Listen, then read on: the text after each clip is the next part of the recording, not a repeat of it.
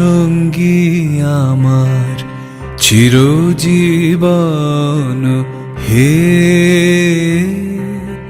প্রভু আমার প্রিয় আমার পরম ধন হে চিরপথের সঙ্গী আমার চিরজীবন হে প্রভু আমার প্রিয় আমার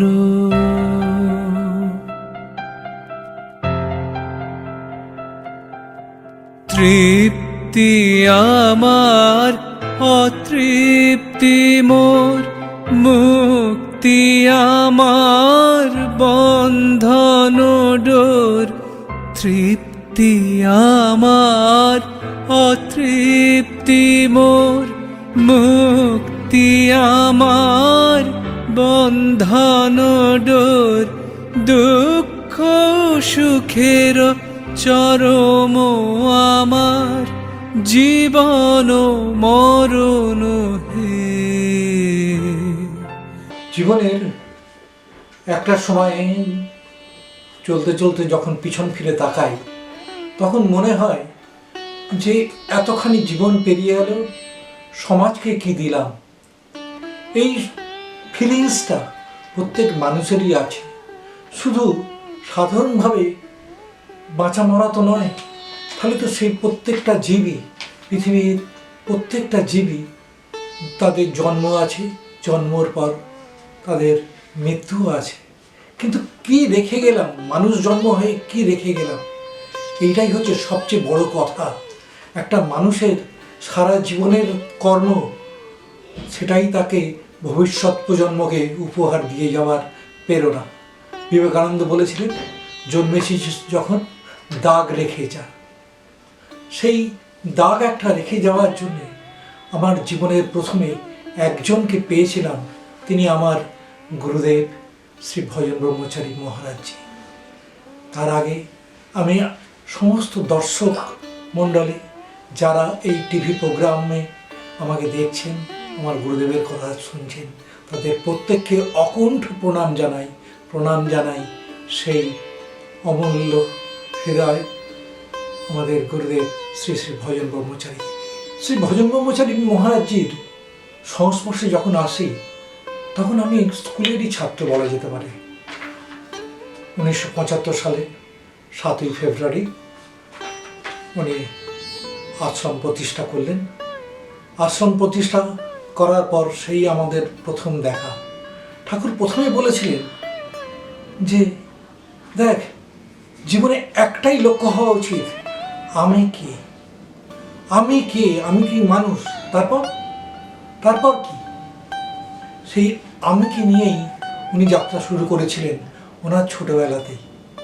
আমি কে, লোকনাথ বাবা বলেছিলেন যে আমি বহু বছর পাহাড় জঙ্গল পরিভ্রমণ করেছি, কিন্তু আমাকে ছাড়া তোমাদের ঈশ্বর দর্শন হয়নি। আমি আমাকেই শুধু দেখেছি, আমাকে ছাড়া দ্বিতীয় অন্য কাউকে দেখতে পেলাম না। ঠাকুরও বলেছিলেন প্রত্যেক মানুষেরই উচিত আমি কে। সেই গুরুদেব, সেই মহারাজজির চরণ ছায়ায় এসেছি তার বেশ কিছুটা পরে।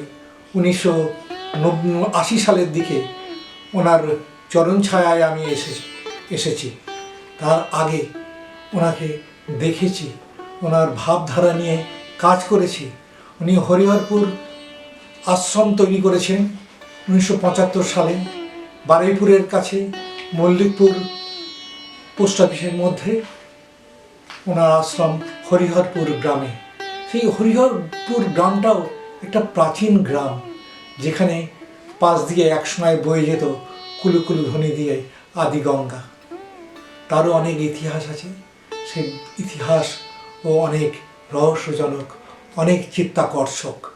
ভজন ব্রহ্মচারী মহারাজজি যে আশ্রম তৈরি করেছিলেন, সেই আশ্রম লোক হিতার্থে এবং মানুষের মঙ্গলার্থে।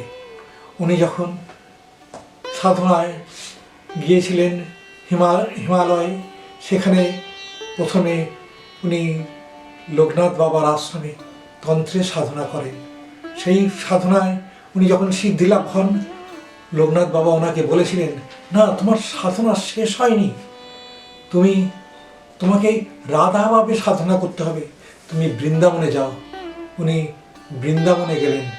বাঁকিবাই বিহারীর মন্দিরের পাশে ওনার ঘর ছিল, সেইখানে বসে সেই বাঁকি বিহারীর যে নির্দেশে ওখানকার যে প্রধান পুরোহিত ওনাকে সেই সাধনায় সাহায্য করেছেন। ওনার মধ্যে কোনো জীবের ব্যাপার ছিল না, সবসময় সাধনায় নিমজ্জিত হয়ে থাকতেন। উনি বলেছেন, সেই সময় আমার শরীরের উপর দিয়ে পিঁমড়ে বয়ে যেত, শরীরের মধ্যে কোনো রকম ভাব ছিল না। আমার সমস্ত কিছু কাজকর্ম তখন ওই প্রধান পুরোহিত বাঁকি বিহারীর যে নির্দেশে সম্পন্ন করে দিতেন। আর ছিল আমার ভৈরবী মা, যে ভৈরবী মার কথা বলতে গেলে আমাদের সেই পরম গুরু বলবো যে ওনার কাছে আমাদের শ্রদ্ধায় মাথা নত করে আসেন। সূক্ষ্ম দেহে ঠাকুরের কাছে আসতেন সেই জন্মের সময় থেকে। ঠাকুরের জন্মের সময় ঠাকুর একবার মরণাপন্ন অবস্থায় পড়েছিলেন, কারণ খুব রুগ্ন ছিলেন। ওনার মার তার জন্য চিন্তার কোনো কারণ ছিল না। উনি সেই সময় যখন এতই রুগ্ন, এতই দুর্বল, এতই মৃতপ্রায় অবস্থা, সেই সময় বাড়ির সবাই ভেবেছিলেন উনি হয়তো এবার মারাই যাবেন। তুলসী মঞ্চে ওনাকে নিয়ে আসা হয়েছিল সেই ভৈরবী মা, যাকে আমরা বলি যে সনাতনী মা, মা কালী। ইনি একটা মনুষ্যের রূপ ধরে সেখানে এসেছিলেন এবং ঠাকুরকে মন্ত্রপ্লুত জল দিয়ে তার বাঁ হাতে দিয়ে বলেছিলেন এই জল তাকে খাওয়াতে, এবং পরবর্তীকালে বলেছিলেন যে তোমরা এর সম্বন্ধে চিন্তা করো না, এই জগতের হিতার্থে এখানে এসেছি। পরবর্তীকালে যখন ঠাকুর একটু বড় হলেন, উনি আধ্যাত্মিক লাইনের দিকেই চলতে থাকলেন।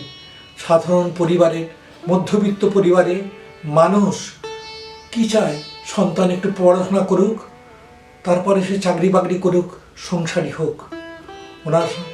উনি গিয়েছিলেন ভোলাগিরির কাছে, মা ওনাকে নিয়ে গিয়েছিলেন রাম ঠাকুরের কাছে, কিন্তু সব মহাপুরুষই বলেছিল এই ছেলে সংসারের জন্য আসেনি, এই ছেলে মানুষের হিতার্থে এসছে, এ যেরমভাবে চলতে চায় তোমরা তাকে সেরমভাবেই চলো, তাহলে এ ভালো থাকবে। পরবর্তীকালে আনন্দময়ী মার কাছে উনি আসেন। আনন্দময়ী মা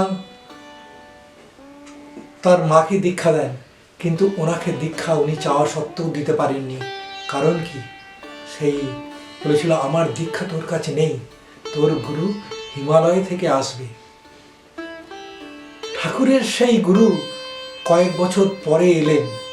মা ডেকে পাঠালেন তখন বেনারস থেকে, মা তখন বেনারসে। ঠাকুরের কাছে ডেকে পাঠালেন, বললেন যে তোর গুরু আসছে, এবারে তুই দীক্ষা নিবি। আর তার বাবাকেও বললেন তুমিও এনার সঙ্গে দীক্ষা নিয়ে নিও, দীক্ষা নিলে শরীর শুদ্ধ হয়, মন শুদ্ধ হয়। ঠাকুর বেনারস আশ্রমে তার গুরুকে আনতে গেলেন। গুরু সবাই দাঁড়িয়ে আছে স্টেশনে। সেইখানে হঠাৎ ফার্স্ট ক্লাসের একটা কমরা থেকে একজন বলছে, এখানে কলকাতা থেকে কে এসেছো? গুরুদেব তাকে ডাকছেন। সবাই চুপ করে আছে, কলকাতা থেকে তো কেউ আসেনি। ঠাকুর তখন সাহস পেয়ে বললেন, বাবা আমি কলকাতা থেকে এসেছি। সেই সন্ন্যাসী মহারাজ তাকে ফার্স্ট ক্লাসের একটা কম্পার্টমেন্ট, যেখানে দেবগিরি মহারাজজি বসে আছেন, তার কাছে নিয়ে গেলেন।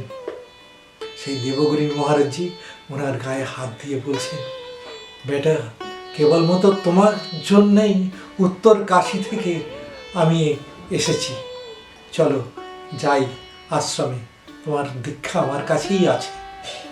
ঠাকুরকে নিয়ে সেই আনন্দময়ী মার আশ্রমে এলেন দেবগিরি মহারাজ। সেখানে বুড়ো শিবের কাছে পাশে বসে উনি ঠাকুরের কাছে মন্ত্র দীক্ষা দিলেন। দেওয়ার পর মা আনন্দময়ী মা বললেন, তুই মনের মতো গুরু পেয়েছিস, এবারে জব ধ্যান কর, তোর অনেক ভালো হবে। কিন্তু ঠাকুর এরপরে বেশি দিন তার গুরুকে পাননি, গুরুর আশ্রমে উত্তরকাশীতেও যেতে পারেননি, কারণ তার 2 বছরের মধ্যেই গুরু দেহ রাখেন। মার কাছে গিয়ে ঠাকুর কেঁদে পড়লেন, আনন্দময়ী মা, এ আমার কি হলো, আমার তো গুরু সঙ্গ হলো না। মা একটাই কথা বললেন, এই গুরুরা কখনো হারিয়ে যায় না, তুমি তোমার মনের মধ্যে খোঁজো, তিনি সব সময় তোমার কাছে আসেন। এরপর ঠাকুর কলকাতায় ফিরে এলেন। নিশিকান্ত বোস, আমাদের পুরো মুখ্যমন্ত্রী জ্যোতি বসুর বাবা নিশিকান্ত বোসের বাড়িতে ওনার এখানে তখন নাম গান হতো। ওখানে বিরাট লোকনাথ বাবার তৈলচিত্র ছিল। ঠাকুর খুব ভালো ভজন গান করতে পারতেন এবং আধ্যাত্মিক গানে ওনার গলা ভীষণভাবে খুলত। ঠাকুর মন আকুল করা, প্রাণ আকুল করা গান গেয়ে লোকনাথ বাবার কাছে তার প্রাণের আকুতি জানাতেন। এর মধ্যে অনেক জায়গায় গিয়েছেন, শিমুরালি গিয়েছেন, অনেক অলৌকিক ঘটনা ঘটেছে। চেতলায় গিয়েছেন, ওখানে সাধু সন্ন্যাসীদের যারা রাত্রিবেলা দেখা করেন, জপ ধ্যান করেন, তাদের কাছে গিয়েও ঠাকুর তাদের কাছ থেকে দেখেছেন। পরবর্তীকালে লোকনাথ বাবার কাছে চাইতে চাইতে লোকনাথ বাবার কৃপা হয়। ঠাকুরকে বলে তুই হিমালয়ে যা, ওখানে তুই সাধনা কর। ঠাকুর হিমালয়ে গেলেন, প্রথমে হরিদ্বার, সেখানে যেটুকু তার সম্বল ছিল। একদিন একটা সবে স্নান করতে নেমেছেন, তার পোঁটলা নিয়ে আর পরনের আর একটা কাপড় ছিল, সেটা নিয়ে একটা হনুমান গাছের ওপরে উঠে গেছে।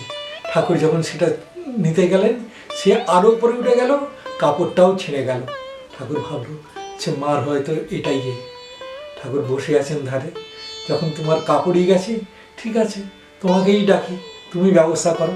কিছুক্ষণ পরে একটা খাওয়া দাওয়া কিচ্ছু হয়নি, একটা বুড়ি মানুষ এসলো। আমি মানত করেছি একজনকে খাওয়াবো, একজন সাধুকে। ঠাকুর বললেন, মা আমি তো সাধু হইনি। বলে, আমার এই চোখে আমি অনেক সাধু দেখেছি, তুমি অনেক সাধুর চেয়েও অনেক বড়, তুমি এটা খাও। ঠাকুরের সারাদিনের অভুক্ত খাবার সেদিন পূর্ণভাবে খাইয়ে মা সেদিনকে বিদায় নিয়েছিলেন। কিন্তু হরিদ্বার বেশিক্ষণ উনি থাকলেন না। উনি তার পরের দিনই চলে গেলেন ঋষিকেশে। ঋষিকেশে গিয়ে ওখানকার বৃদ্ধ যে সাধু সন্ন্যাসীরা আছে তাদের থেকে তপবনের খোঁজ পেলেন।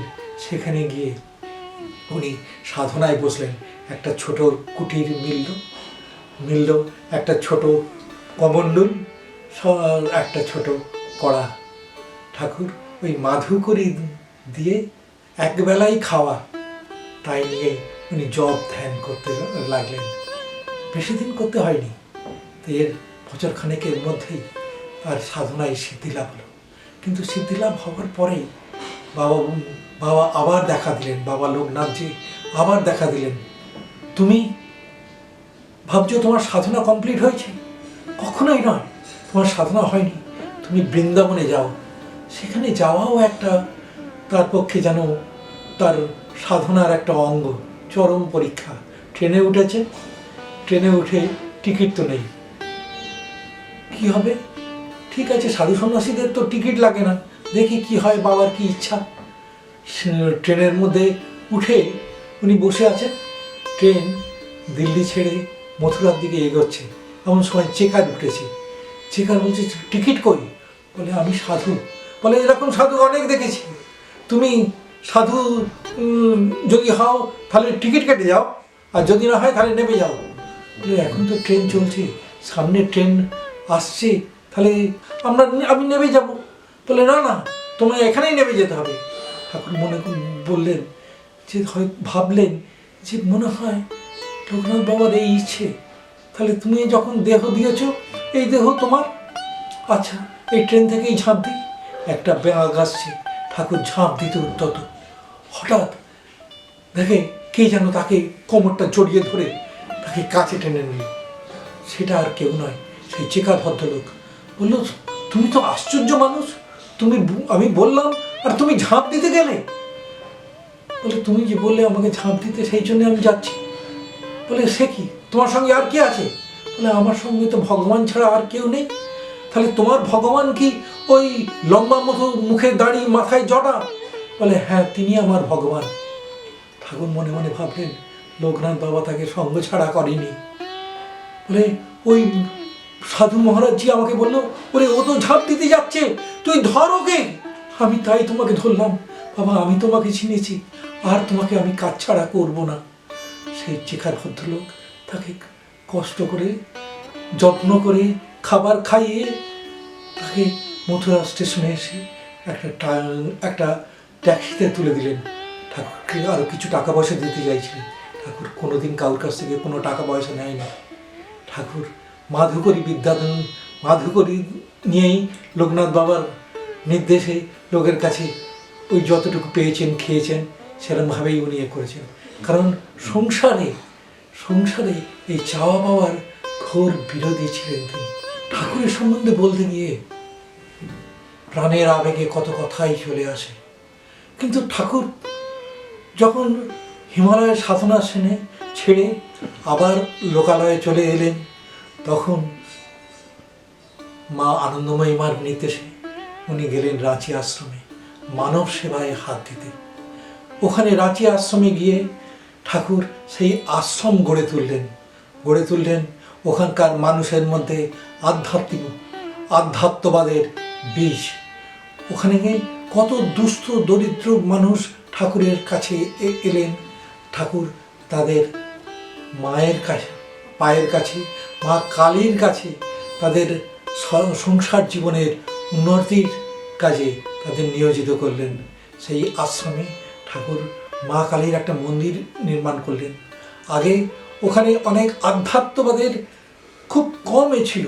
ঠাকুর যাওয়ার পর সেই মানুষগুলোকে, চারপাশের সমস্ত মানুষগুলোকে উনি টেনে আনলেন।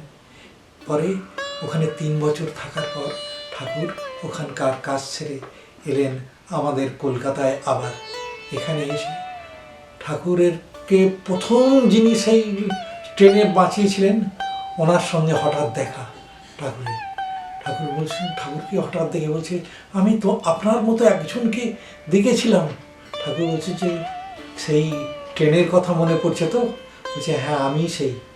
তা বাবা, আমি অনেক দিন তো আপনাকে খুঁজছি, আপনি আমাকে দেখা দিন। সেই ভদ্রলোক ঠাকুরের প্রথম শিষ্য। ঠাকুর তাকে অ্যাড্রেস দিলেন, তাকে প্রথম দীক্ষা দিলেন। দীক্ষা দেওয়ার পর ঠাকুরের কাছে কত আর্ত মানুষ, কত নিপীড়িত মানুষ, কত আধ্যাত্ম পথের পথিক মানুষ ঠাকুরের কাছে এলেন তার কাছে মন্ত্র দীক্ষা নিতে। ঠাকুর প্রত্যেককেই সংসারে তাদের স্বামী স্ত্রীকে একসঙ্গে দীক্ষা দিতেন। যদি স্বামীর বা স্ত্রীর আগে কখনো দীক্ষা হয়ে থাকে, তখন তিনি তাদের একজনকে দীক্ষা দিয়েছেন। এরকমভাবে সংসার জীবনে থেকেই ঠাকুর মানুষকে উন্নতির দিকে এগিয়ে যেতে বলেছেন। ঠাকুর বলছেন, বারবার বলেছেন, তোরা সবসময় সৎ থাকবি, সত্য পথে থাকবি, সত্য নিষ্ঠা নিয়ে এগিয়ে যাবি, তোদের কখনো ভাত কাপড়ের অভাব হবে না। তোরা যদি ঠিক মতো এগোস, মা জগদীশ্বর, মা ভৈরবী মা, মা বাবা পঞ্চানন, বাবা শিব, সবাই তোদের হেল্প করবে, সবাই তোকে সাহায্য করবে, তোকে মাটিতে কেউ ফেলতে দেবে না। ঠাকুরকে নিয়ে এই যে পথ চলা, গ্রামের যখন হরিহরপুরে এলেন 1975 সালের আগে থেকে জমি দেখা হচ্ছে বিভিন্ন জায়গায়। সেই জমি দেখার পরে ঠাকুরের কোথাও মনে পড়ছে না, কিন্তু যখনই ওই হরিহরপুরে এলেন, যেন তারে তারে বাঁধা প্রাণ। এইখানের মধ্যে আধ্যাত্ম বীজের এমন একটা জিনিস লুকিয়ে আছে ওই জমিটার মধ্যে। যখন আমরা এই পাঁচিল ঘেরা আশ্রমের মধ্যে যাই, বাইরের সমস্ত কোলাহল, সমস্ত অশান্তি, সমস্ত দুঃখ যেন আমাদের মিলিয়ে যায়। আমরা ওখানে এসে একটা নিবিড় আনন্দ, কোলাহল, একটা শান্তির ধামে যেন প্রবেশ করি। ঠাকুর যতদিন ওখানে ছিলেন, দলে দলে লোক এসছেন ঠাকুরের কাছে এবং এসে তার কাছে দীক্ষা নিয়েছেন। কলকাতা থেকে বহু মানুষ এসছেন। মা যখন ঠাকুরকে পূর্ণ দীক্ষা দিলেন, যখন ষোড়পুষ্পচারী ঠাকুর অষ্টসিদ্ধ লাভ হলো, মা তখন বলেছিলেন যে এইবারে অনেক অন্ধ আতুর মানুষ তোর জন্য অপেক্ষা করছে, তুই যা, তুই তাদের উদ্ধার কর। আমরা যখন ঠাকুরের কাছে এসছি তখন কত এগুলো বললে হয়তো অনেকে ভাববেন যে আধ্যাত্মিকবাদের বাইরে, কিন্তু তা নয়। আমরা দেখেছি যে ঠাকুর অনেক বিদেহী মানুষকেও উদ্ধার করছে। বিভিন্ন আমরা বেনারসে গিয়ে দেখেছি, আমরা তারাপীঠে গিয়ে দেখেছি, ঠাকুর বিভিন্ন জায়গায় বড় বড় দেব মাহাত্ম যেখানে আছেন, পুরীতে গিয়েছেন, তারাপীঠে গিয়েছেন, সমস্ত জায়গায় দেখেছি ঠাকুর মাঝে মাঝে অন্যমনস্ক হয়ে যেতেন। পরে যখন হুঁশ হতো, যখন সমাধি ভাঙত, আমরা ঠাকুরকে জিজ্ঞেস করেছি, ঠাকুর বলছে আনন্দ ছিলাম, কত লোক এসেছিল, কত আনন্দ হয়েছে। কিন্তু সবসময় খুলে বলতেন না, কিছু কিছু মানুষকে উনি খুলে বলতেন যে কি হয়েছে। ঠাকুরের এই যে আধ্যাত্মবাদ, ঠাকুর আজকের এটা আমাদের বাঁচিয়ে রাখতে হবে। ঠাকুর আজ 30 বছর উপর হলো দেহ রেখেছেন, কিন্তু তার যে কাজ, তার যে চিন্তাধারা তিনি যে আমাদের মধ্যে সঞ্চালিত করেছেন, সেটা আজকের আপামর জনগণকে যদি আমরা ছড়িয়ে দিতে না পারি, তাহলে আমাদের কিসের সার্থকতা? উনি কী জন্যে আমাদের এখানে এলেন, কী জন্যে এই হরিহরপুর গ্রামে আশ্রম করলেন, কী জন্যে লোক হিতার্থে এতগুলো কাজ করলেন, এইগুলো আমাদের বুঝতে হবে। আজকের যদি ওনার নাম, ওনার কাজের প্রচার, ওনার ভাবধারা, ওনার চিন্তাধারা মানুষের মধ্যে যদি আমি ছাড়িয়ে দিতে না পারি, তাহলে কিসে আমার সার্থকতা? আমি তো একটা ছোট্ট শিষ্য ওনার। আমি খুব ছোটোবেলায় আপনাদের বলেছি আমি গুরুর চরণে আশ্রয় পেয়েছিলাম। তারপর দীর্ঘ জীবন আমার কেটে গেছে।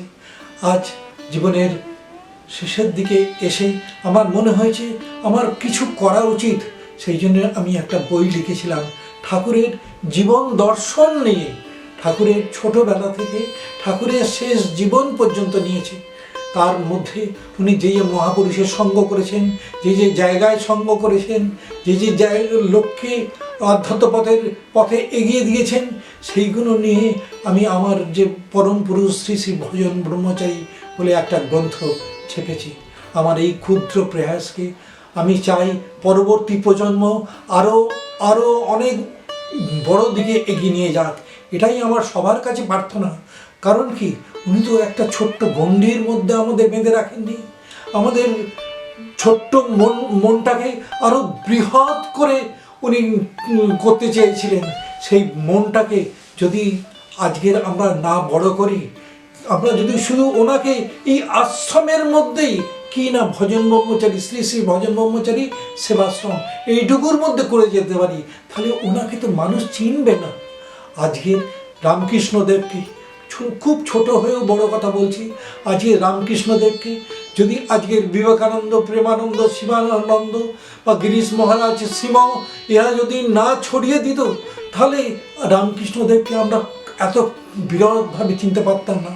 আগামী দিনে আজকে রামকৃষ্ণদেবকে নিয়ে, আজকে প্রণবানন্দজিকে নিয়ে যদি ওনার শিষ্য ভক্তরা না লিখে যেত, তাহলে আজকে তো আমরা ওনাকে পেতাম না।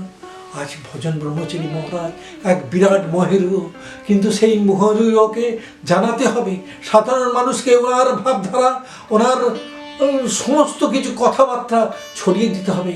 এটাই আমার সবার কাছে একান্তভাবে প্রার্থনা। দাঁড়াও আমার আখির আগে, দাঁড়াও আমার আখির আগে, তোমার দৃষ্টি হৃদয়ে লাগে, দাঁড়াও আমার আখির আগে, দাঁড়াও আমার আখির আগে।